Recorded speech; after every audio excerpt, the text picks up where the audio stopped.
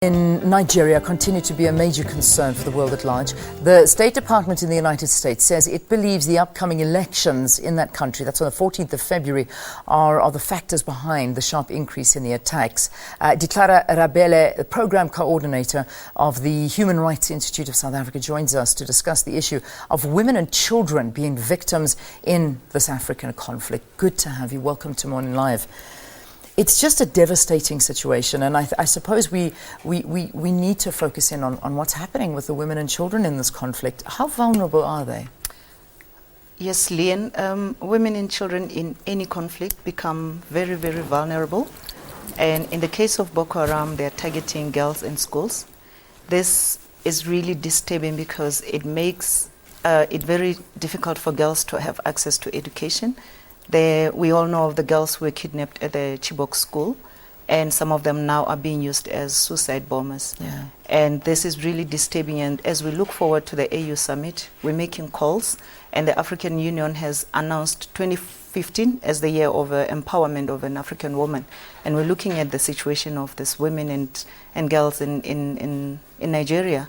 They're the most vulnerable, especially in the northern part of that country. Yeah. Is it fair to say that women and children's rights are not taken seriously enough? I mean, we look at these young girls that were kidnapped by Boko Haram. There was a whole campaign, bring back our girls, and yet they're nowhere to be seen. And like you say, probably some of these suicide bombers are these young girls.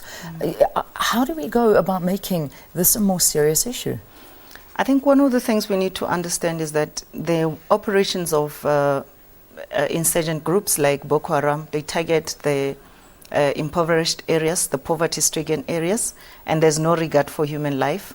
And again, the issues of religious extremism plays a role in this kind of situations. So besides targeting civilians, women and children's rights, they are not respected at all. There's no safety. And when you look at the upcoming elections, you wonder how women will participate in the upcoming elections, either as voters or as candidates, because the environment is just not conducive. Yeah, not an equal environment. What is your take on what the State Department in the US are saying, that this is due to the elections, the upcoming elections?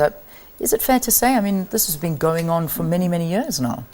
I don't think that is fair, because this has been going on for a while, and the international community hasn't done much to assist in terms of economic or military support, and as well as we could think of intelligence so that they could assist Nigeria. And besides that, I think we also need to look at what keeps Boko Haram running, who's actually funding Boko Haram, because they are so sustained, their operations are escalating day after day, day after day. So I think it's a very unfair statement to say it's due to the elections. Due to the elections, and that issue of who is funding Boko Haram is a huge one, and I know it came out of some of our viewers yesterday.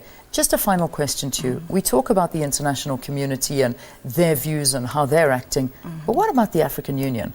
I know that you're going there at this meeting that's going to be happening in Addis Ababa, the 24th summit. But when are they going to intervene? When are they going to do something to Boko Haram in the situation in Nigeria? Yeah, we're really worried, Leanne, because AU has been all talk, but I think it's time there's some action to really mobilize resources in terms of humanitarian assistance, military and economic assistance. And again, it's very important for the AU to assist in the building internal capacity, to be able to foresee and intervene and react to some of these issues. And again, AU should work, I think, closely with the academia and civil society organizations in some of these operations and come up with a solution which may not necessarily be a military intervention. So let's leave it there. Unfortunately, a bad situation, but let's see what the AU summit holds for us coming up. Litlhare Rabele from the Human Rights Institute of South Africa also urging the AU to pick up this issue more, and particularly when it comes to women and children. Thank you. Thanks for being our guest and for the work that you're doing here.